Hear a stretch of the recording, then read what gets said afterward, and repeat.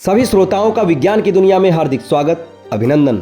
आज एक रहस्यमयी बात आप सभी के सामने प्रस्तुत है। एलन मस्क का बड़ा बयान। एक सुप्रीम क्रिएटर का वजूद है। आस्था, विज्ञान और भ्रम के बीच सच्चाई। जानते हैं इसकी सच्चाई।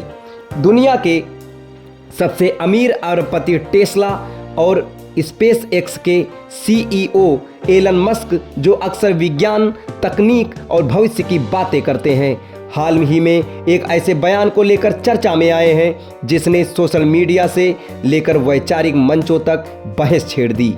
मैं मानता हूं कि इस ब्रह्मांड का कोई क्रिएटर है, लेकिन क्या एलन मस्क सच में ये कह रहे हैं कि कोई सुप्रीम क्रिएटर इस दुनिया को चला रहा है, या फिर उसके बयान को संदर्भ से काटकर पेश किया जा रहा है?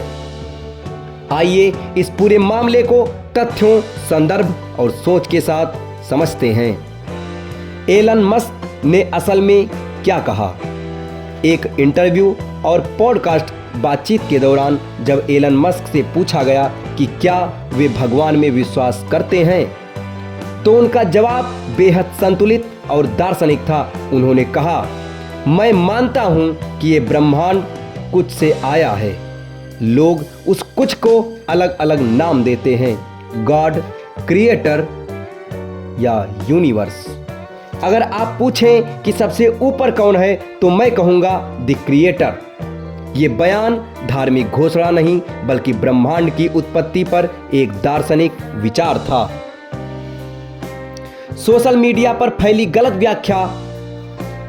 सोशल मीडिया पर यह दावा तेजी से फैला कि एलन मस्क ने मान लिया कि सुप्रीम क्रिएटर दुनिया को चला रहा है।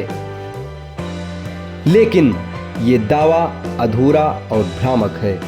एलन मस्क ने किसी धर्म का समर्थन नहीं किया, किसी ईश्वर को दैनिक जीवन नियंत्रक नहीं कहा, किसी धार्मिक ग्रंथ या विश्वास प्रणाली का जिक्र नहीं किया। उन्होंने केवल ये कहा कि ब्रह्मांड का कोई मूल कारण फर्स्ट कॉज हो सकता है। विज्ञान बनाम दर्शन, मस्क कहां खड़े हैं? एलन मस्क खुद को ना तो पूरी तरह नास्तिक कहते हैं और ना ही धार्मिक। उनकी सोच 3 स्तरों पर दिखती है। पहला स्तर वैज्ञानिक दृष्टिकोण। मस्क मानते हैं कि ब्रह्मांड नियमों से चलता है, फिजिक्स, मैथ्स और लॉजिक से। दूसरा दार्शनिक सवाल। वे ये भी मानते हैं कि कुछ इतना विशाल शून्य से कैसे आ सकता है, यहां से क्रिएटर का विचार आता है। तीसरा धार्मिक दूरी। वे किसी संगठित धर्म, पूजा पद्धति या ईश्वर भक्ति से खुद को नहीं जोड़ते। क्रिएटर का मतलब क्या है? यहां क्रिएटर का मतलब ये नहीं कि कोई ऊपर बैठा इंसान की हर हरकत नियंत्रित कर रहा है, बल्कि इसका मतलब है ब्रह्मांड के पीछे कोई मूल कारण, कोई फर्स्ट ट्रिगर या कोई अननोन इंटेलिजेंस, जिसे विज्ञान अभी भी पूरी तरह समझ नहीं पाया। यह वही सवाल है जो सदियों से पूछा जाता रहा है, कुछ है ही क्यों, कुछ नहीं क्यों नहीं। क्यों ये बयान इतना महत्वपूर्ण है? क्योंकि ये बयान विज्ञान बनाम आस्था की लड़ाई नहीं, बल्कि संवाद खोलता है। एक टेक्नोलॉजी लीडर ये स्वीकार कर रहा है कि हर सवाल का जवाब विज्ञान के पास अभी नहीं है।